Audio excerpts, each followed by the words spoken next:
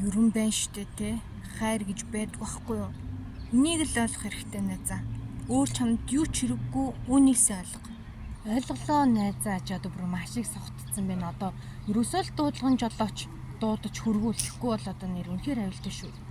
Дуудлагын жолооч муулооч дуудлагын жолооч энэ төр дуудаж найз мөнгө үрдэг жижиг гараа биш. Дуудлаа, хөргөж өглөө, гэрт хөргөж өглөө, гадаа машин тавилаа, VIP үйлчилгээ үзүүлдэг тийм залуу байна. Харж. 99 65 64 зя. Бэно за намайг ирээд гэрийн гадаа миний машиныг тавиад намайг хүргээд өгдөө. Хурдтал 99 65 64 бэжида наадах чинь манай нөхрийн дугаар биш үү?